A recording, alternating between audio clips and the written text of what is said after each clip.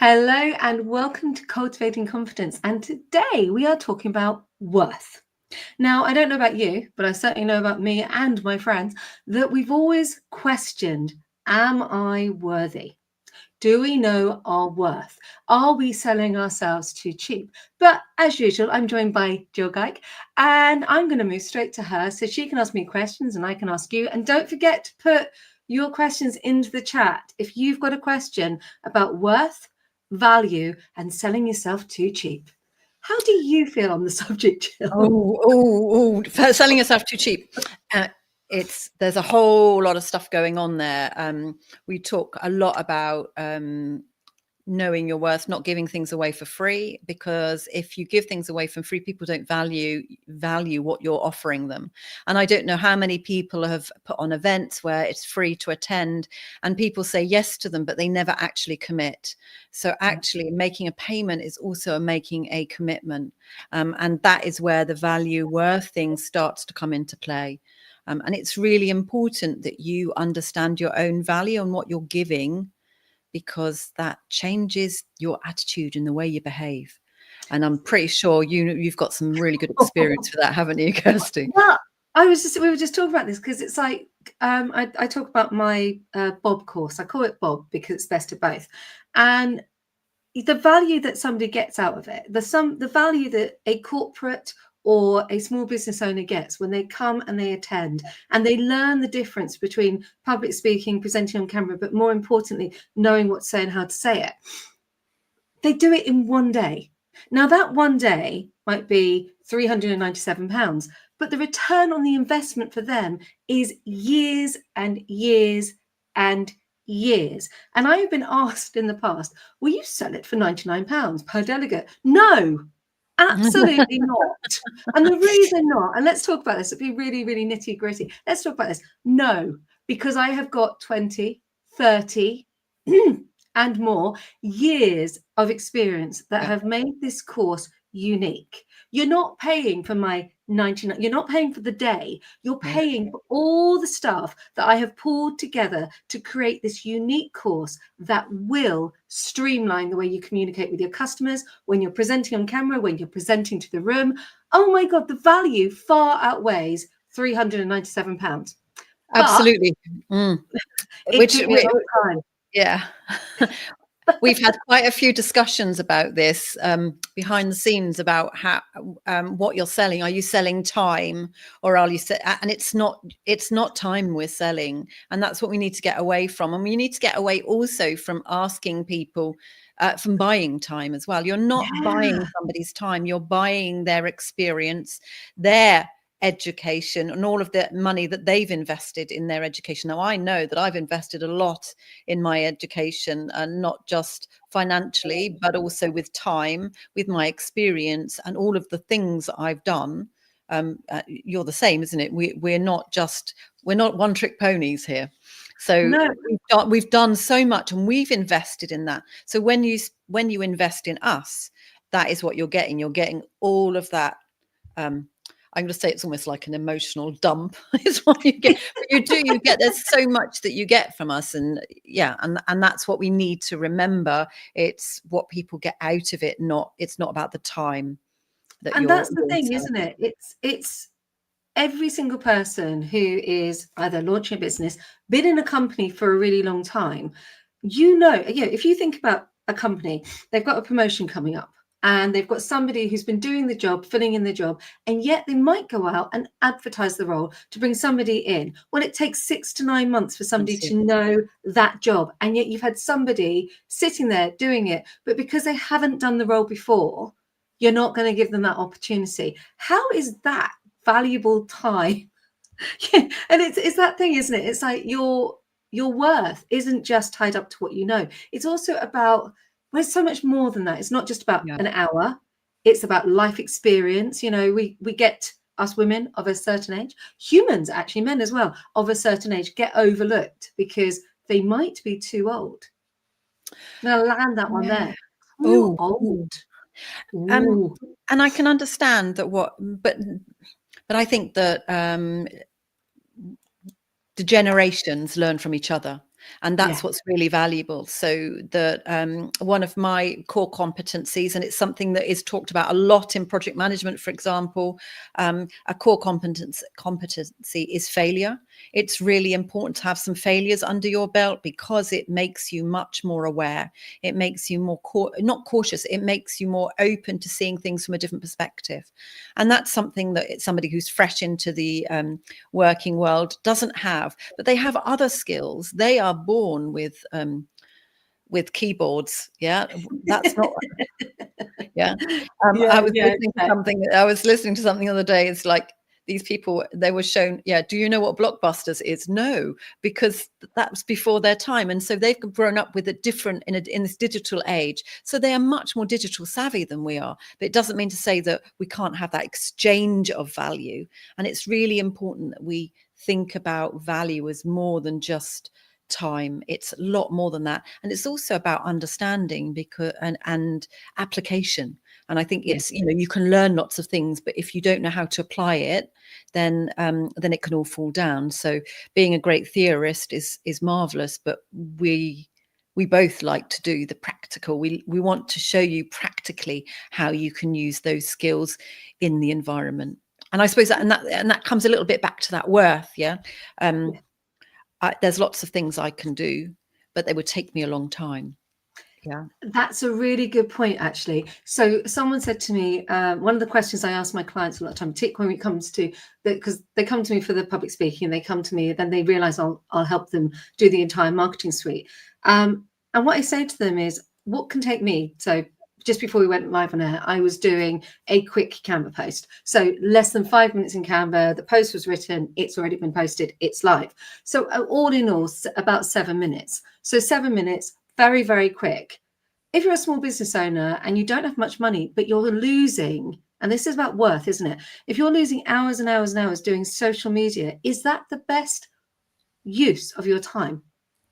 Is that worthy of your time? And this is a question that I found I was asking myself, which is why I outsource my website to OtchaWorks and I outsource my IT. Yes, Jeff, I'm going to say it, to Flex IT, because whilst I have been an Intel sales trainer and I know computing, it's going to take me much longer than it is for Jamie or Jeff to come in and fix something that I've broken because I've been playing it. And that's again about worth, because I can earn more money doing what I'm good at and pay somebody to do it. Plus, I don't stay awake all night stressing. And that's a really important question, that actually what you should pose yourself every now and again. How much does it cost my business for time for me? So how much is my business, how much time do I cost my business? So if you're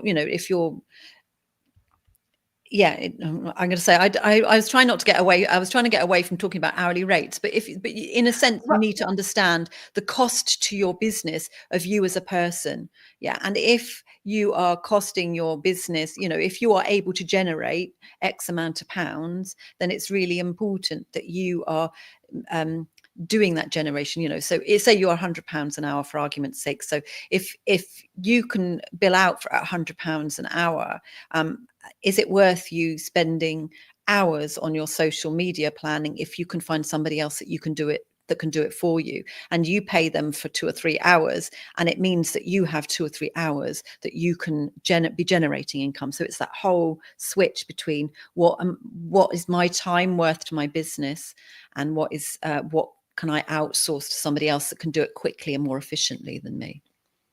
I want to touch on that hour, doing things for hours, and the reason I want to touch on it is because a lot of small businesses, me included, until I met, now who could that be? Could that be you? Did this hourly rate. Now, I don't charge out at hourly rate. I do package times. And then someone will go, well, how long is it to book in for an hour with you? And I'm like, ooh, I don't know, because it's always going to go over an hour. And that's the thing. You book in for an hour, it's always going to overrun. Exactly, so you actually have to schedule in an hour and a half to 2 hours, because it's also, not only do you do an hour's work. So if you're doing this hour, good business coach I have that taught me this, but if you're doing an hour's work, is it an hour's work? Because that hour, there's a follow-up call, there's the call before. And so if you're charging up for an hour, what about all the stuff that you're doing, the reports that you're sending, the emails you're sending? Who's paying for that time? Yeah, and that's what you have. That's what you have to do. Is what you have to understand the cost of your business and the cost of your time, and then look at how much energy or effort you're putting in to service that one client. And it's not, and that is you look at it from your perspective as what that means is you can, when you're running your own business, or if you're running consultancy of any type, you are not you can never be 100% productive. You have to, it's probably close to 50%. So 50% of your time is actually is doing the production, the producing, the generating, and the rest of it is all of the other things that go around the business. It's making new connections, it's doing business development, it's doing your admin and all of those other things. It's connecting with all those people that you need to do. So it's making sure that you have that factored into your pricing. We can talk about pricing another time, but it's when you talk about value, it's really important that you understand that if you don't value yourself, then nobody else will value you either. And this is why giving things away for free is questionable, because when you give away your time for free, what you're doing is a set, or you are demonstrating. There are two ways of looking at it. One of them is you're demonstrating what you can do, but it's really important that you reiterate that all the time. This is what a session with me would look like, and this is how much value you get out of it, so that you know why you're doing it. But if you offer free sessions, the person on the other end will not value you as much, and that fundamentally impacts that relationship forever. So, and you may not get out of that, because unless you have, there are particular people that are fully aware of the value that you're getting, but if they are not, then you're onto a losing. It's not worth it. It's just not worth it. It's a client or a customer that will never value you unless you've got some kind of reciprocation. And it's that discounting thing, and I do offer discounts, but it's got to be of value to me. And if I'm going to offer a discount, I want something in return. I want a review. I want feedback. I want you to go and bring me somebody else in. I want to build a partnership. So I don't just discount because, hey, you don't have the money. I look at it and go, what's in it? What do I get out of it? What is the value of me offering you a discount? Who are you going to open the door to? Who do I know that you go networking with? And it sounds really selfish, but the big corporates do it. They have a partner discount scheme. And the whole thing that I do now is, right, what is the value? Will you give me this in return? What can I? This is really bad, because if you think about it, the podcast, The Wise Why, one of the biggest values I ever launched, I couldn't afford to join the big networks. And I needed something to get me through the door. I needed something that would use my time wisely, raise my profile, but also give me access. And so I launched a podcast which invited lots and lots of people in, and I give value in that. So I give everybody the video, I give everybody the audio, because that's good for me, but I get access to your network. There's, yes, it was free time, but the value I've got out of it and the generation that I've got from business is huge. I think maybe that's kind of what you have to do, is you have to look at, and actually you do that when you're having conversations with a client or a customer. You want to say, this is what you're going to get out of working with me, and it's a mutual relationship in many ways, isn't it? This is what I will give to you, and this is what you will get. This is what you will get as well, because if you do a good job, they will recommend you. So that's all part of the relationship building and doing that kind of thing. And there is kind of, it's when you buy things as well, you have to know what value you're getting. And we're going down lots of rabbit holes. Anybody got any comments? It's an interesting one, because it's always a hot topic, isn't it? Know your value. Do you offer stuff for free? Should you offer stuff for free? Well, one of the best bits of advice I did actually get from Joy Foster was, if you're doing something for free, send an invoice. Yeah, put that's your really value on there. It's like, make sure you send an invoice. And also, if somebody comes back to you who really hasn't valued what you've offered, break it down for them. Help them understand what you've done for them, why you've done it, and why what they're asking for isn't fair. And I think that's the thing. It's like, it's not just about wanting to help people. My driving force is I want to help people. But what I always say to my clients is go back to how you've helped people. Go back and look at the evidence, that evidence log of your customer testimonials, what people have said about you, what people say about you when you're networking. So if you're having a day where you feel you're not worthy and you're worthless and those horrible heavy words, go back and look what people have said about you, because what you've offered to them is of value. And if you can evidence it, then you can start to realize, actually, this is just an emotion. And I just need to I need to give myself a good kick up the derriere. I don't know. I think a pat on the shoulder may be better. That's also something that where when you're very good at what you do, it becomes intrinsic and it becomes part of you. And sometimes it's quite hard. It's a little bit you can't see the wood for the trees moment, because you are so used to giving out explaining things, and it becomes so intrinsic that when you share that, you don't even realize that you're doing it. And it's really important that actually you get some feedback from clients and people you speak to, because it's really good to say, oh, what did you get out of that conversation? Just let me know, because sometimes well, I certainly know it spews out. So who knows what I'm saying half the time. So this brings us back to those good old fashioned, and I do use them, feedback forms. So some people worry about feedback, and I'm going to link this to knowing your value, getting your feedback.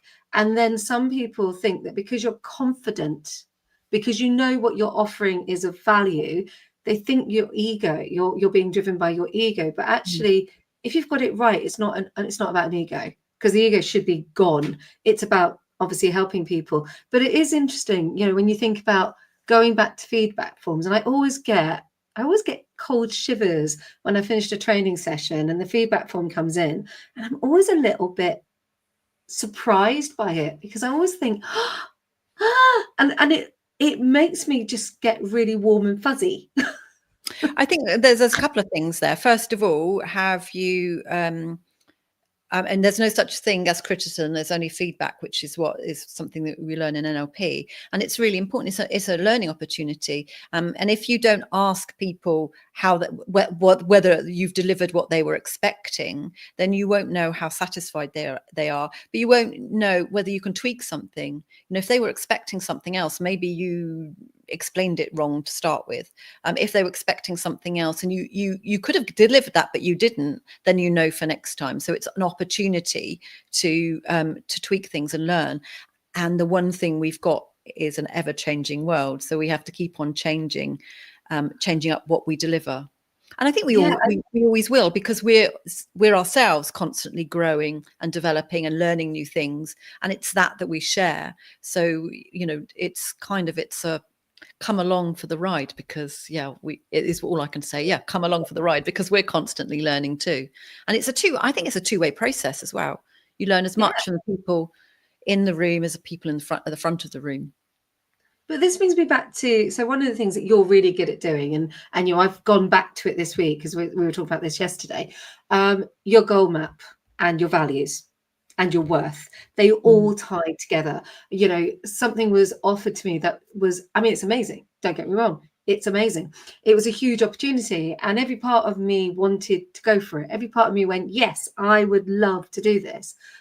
But because I've got a bloody good business coach, don't know who that could be, I went back to my goal mapping. I went back to my values. I went back to my core, and I went back to my scalability. And that's a really lovely moment, was to go back to, how did I want to scale my business? Where do I want to go?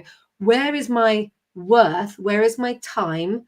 How could I deliver what they're offering? And I went through this whole process because I work with a business coach, because I have that goal map, and because I've got my values, and because my values are linked to my worth. I could actually turn around and go, it's a great opportunity and I love it, and I'd like to work with you, but not now. And that is really powerful as well. I've left feeling very, very powerful. Yeah, I think that's that's why bang on about the goal mapping kind of thing, because what it does is it keeps you on track. It stops you getting distracted by shiny things, or if you are distracted by them, you know why you're doing it. And I think that that's really important, because it's very easy to get, for the suddenly go, oh, that would be so cool to do that, wouldn't it? Yeah. And you're just thinking, no, but actually that is not where I need to be going at the moment. It's maybe like with you, with that opportunity was maybe in the future is going, yeah. And I can tell you, I've been distracted so many times going, oh, I could do that, or I could do that. And all it does is it just reduces the amount of time you have to focus on what will be delivering. So it's really important that you know where you want to go and how you're going to get there. And it's back to understanding your why and your value. And that, and those values are, why are you in business?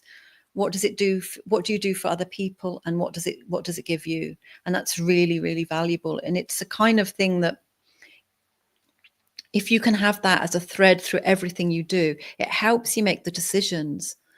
Yeah. And we are making decisions all of the time, or and sometimes a bit overwhelmed by them. But when you have a clear roadmap, then it is much easier to make those decisions and crack on with the next thing. And it's easy. And this is where knowing your worth is another key factor, is knowing when to say no. And this is what happened, because I was able to go back to all of the plans, all of what I wanted to do, my goal, my structure, my mission, my vision. I could go back through my testimonials, and I knew the thing was, yesterday, I knew my worth. I know what I offer. Like I just started this podcast off. I know what the Bob course delivers. I know the difference it makes, because I've run it and it's really successful. And it's like, I know it works and it would be great, but I'm not ready. And because I knew my worth, I was able to go, it's not right. I'm able to say no. Now, saying no was really difficult, because actually for half an hour I panicked. For half an hour I went through this, all the emotional turmoil, because I am still a solopreneur and I am still suffering with imposter syndrome and perfection and all the other bits that we fight, let's be honest. Yeah. But right at the core was my values, my mission, my vision, my worth, and my credibility, because actually not being able to deliver it would have damaged everything that I've worked on. Yeah. Yeah, it's actually quite interesting. I had a conversation with one of my clients that was having the similar dilemmas. And then she said, and not only that, I had this little voice in my head, and it was you telling me that I'm worth it. And that's kind of really cool as well, is to have somebody to spar with, to have those conversations. And when to say no is also, it's very easy for all of us to chase the pound, as it were, and to see money. But actually, if you work with a client, or if you work with a client that doesn't help, that drains the energy from you, or is very difficult, then actually you are exhausted. It's exhausting. Yeah. You'll find that actually the value to you of that client is completely and utterly diminished. And actually, at the end of it, you don't feel energized and excited. You feel absolutely drained and feel like you've been 5 rounds with Tyson and not generating energy. And so it's really important to be able to know which clients to say no to. I think that's also because you'd be better off spending that time generating new business with the type of people you want to work with. But that also is really important in the workplace. And I want to touch on this in value in the workplace. You're going to work every day. You're not a small business owner. You work for a company, and yet you're going to work and you feel undervalued. Yeah. You feel that you're overlooked. You are frustrated. You're the voice that you try to speak up in a meeting, but you're quickly shushed. Now, I've been there, and you guys, you know who you are. I have been there. I have been patted on the head. I've been called, oh yes, here comes Kirsty. She's mad as a box of frogs. And that seemed like a really nice thing at the time. But years later, as a much older woman, I go, and now I don't let that happen. So if you are in that situation, if you're not feeling valued in the workplace, then you do have to speak up. And I know it's hard, because I've had to do it. and I have done it, and Yeah. that's now obviously why I now run my own business, because funny that but it is hard, and it's really hard to then, if you don't feel valued, to have the bravery to go out there and look for a new job. So if you are feeling undervalued in the workplace, one, I've got a whole heap of really good recruiters I can put you in touch with, but more importantly, Yeah. don't feel that you're alone, because you're not. We've all been there at some point. No, and actually that's what I would say. So is have a look at the same ways you look at, we talk about with people that run their own business about looking at the clients they want to work with. It's the same thing with if you're employed, what kind of employer would you like to work with? What kind of environment would you like to be in? And to start looking at what key skills you've got that are transferable.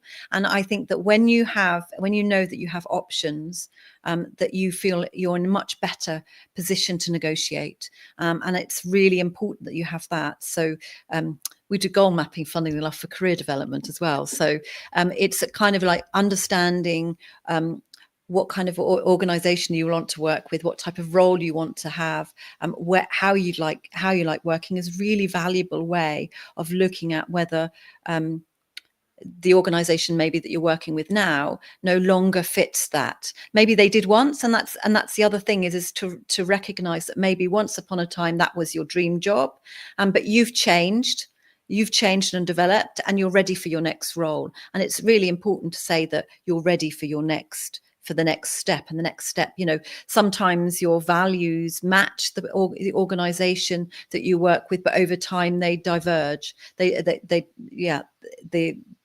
They go in one direction and you go in the other, and it's not a bad thing. All it is it's a time to recognize that maybe it's time to look to do something different. And of course, and I would say don't waste time. Don't be miserable or unhappy in it without shouting up, because it affects you and everybody around you. So, and it's sometimes it's interesting when you do speak up and go, in the current role you have, sometimes people go, oh, I didn't realize you weren't happy, or I didn't realize you had other things. There's ways of wording it. Is you say, I'm looking for a new opportunity, I'm looking to develop myself, I'd like to do this. So it's about being proactive. And it's really important that in any situation we're in, that we are proactive, that you take control. And that is about knowing your worth. Take control.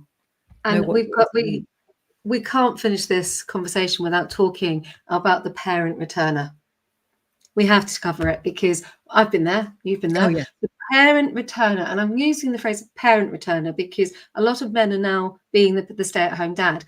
So the parent who stayed at home, or the parent who's taken a step back in the role, the children are a little bit older and they want to return to work.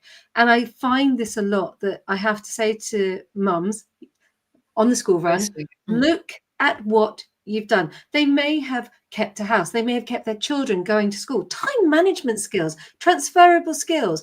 They have washed and sorted and put everything together. They make sure that the bag is set for the next day at school. That's organization. And yet too many times you hear, I'm just a mum, I'm just a dad.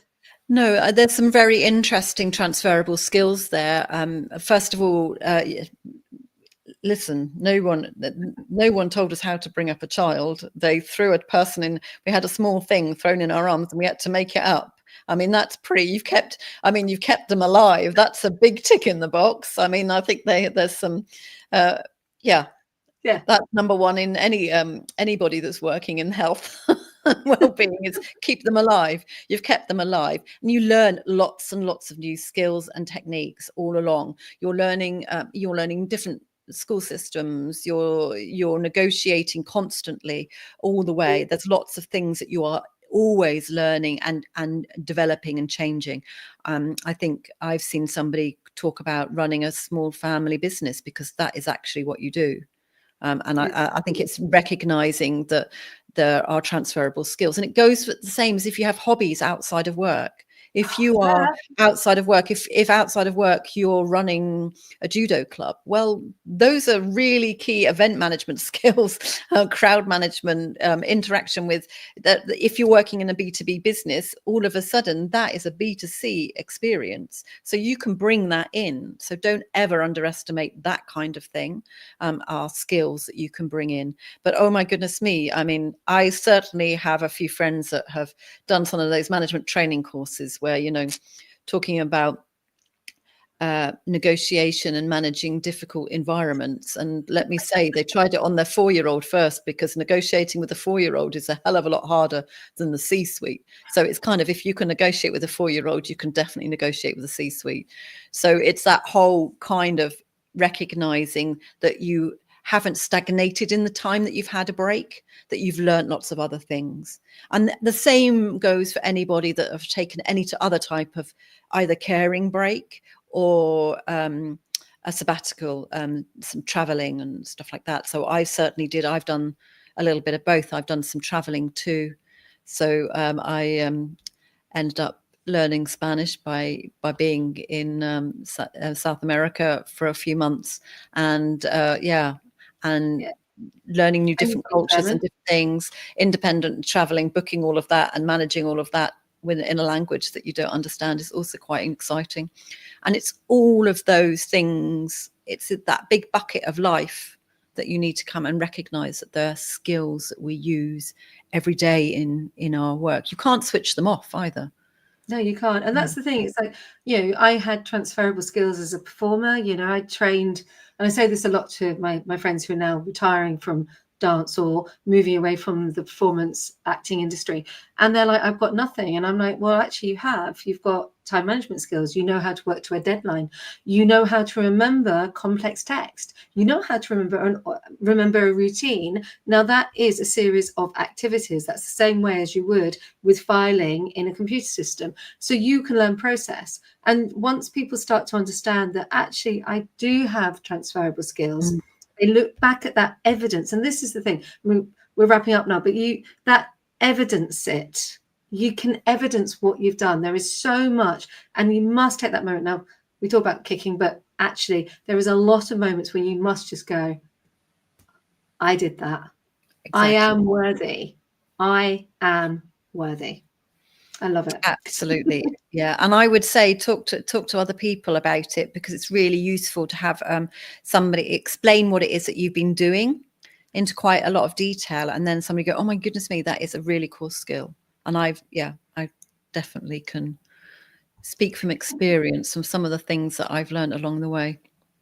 Brilliant. I love our monthly chats. If anyone could see that there is absolutely, and this is me now looking for the bit to move the window so I can see you and turn off the video. If anyone knew that we have absolutely, we have about 2 minutes before we go live, we go, what are we talking about this week? Well, yeah, if it was only, it's not just once a month that we talk though, is it? No, it's daily. Thank you. It's once a month we share our chats with you. Awesome. Thank you so much, as per usual.